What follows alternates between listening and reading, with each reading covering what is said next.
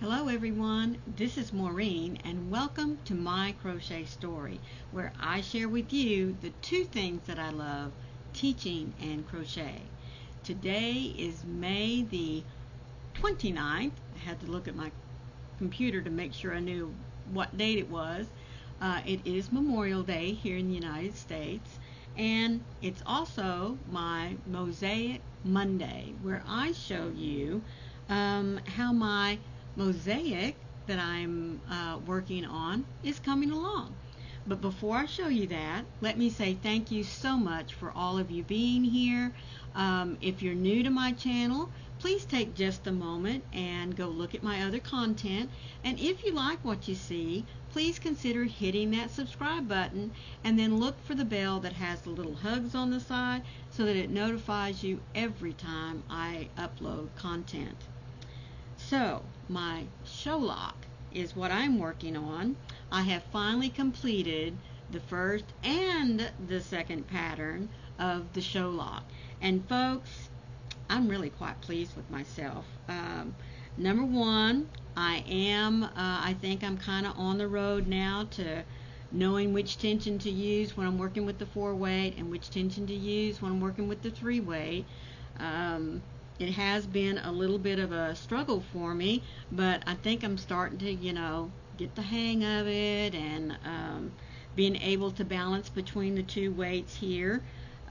This is a Mary Maxim kit, and it is the prism. Now, the kit comes in one where you have two contrasting solid colors, and then the kit is also offered in a solid with prism colors. Now the prism colors come in a 3-weight, but the background color comes in a 4-weight.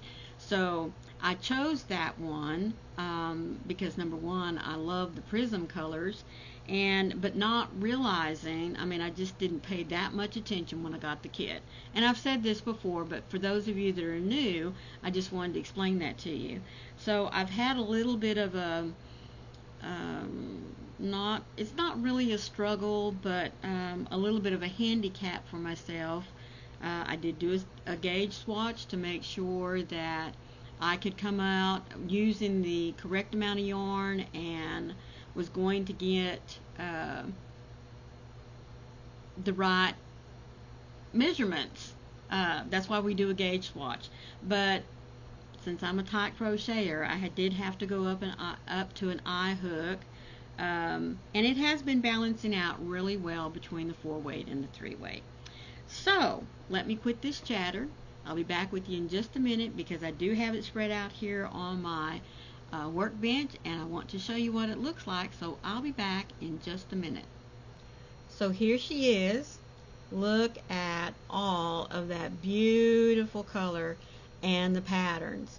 Now, I have said once before that I was afraid because right in here, folks, this very light brown or beige is almost the same color as the background color, which is a cottonwood. But I think it's showing up really nicely. And then it fades out just a little bit here, but I think really in the camera anyway, it's showing up great. But when you're looking at it, as I have to look at it, I have to get down really close to look. But anyway, we finished out the big trees and these little trees here in the background. And this is the pattern 2, which is separating, getting ready to set us up for the next section here. But I just love how the colors have I started out with this little light teal down here. I know it looks dark to you or a bluish, but it is a teal. Went to the browns and then back again. And really, folks, I did not have to start on the second skein of the prism or the cottonwood until right here. So one whole skein did all of pattern 1 and just about all of pattern 2. So this is 20 rows here, and this was 14 rows. So just about 30, I'm going to say 32 rows before I had to attach more yarn. and at 195 stitches. So that's, that it's made a pretty good dent in the blanket already so far. So this week I'll be working on the first 10 rows of pattern 3. Let me pull it out and kind of show you the chart here just a few minutes. Now this next section has 18 rows, and we'll be working on another big old tree pattern here. And I think we can come up here and look at the picture.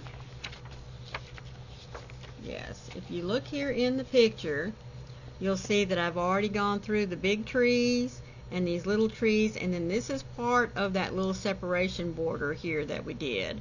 So we'll be going on in this next pattern, I'm sure, here with this border, and then the next one will take us into the trees and these little diamond shapes here. So that's what I have for you this week. I hope that you are enjoying looking at the Sholack, how it's coming along for me, and the color choices that I chose. So until next week, be the light out there in the darkness for someone today, because you never know, could be your light that they need to see. I love you all. Thank you so much for being here. Bye.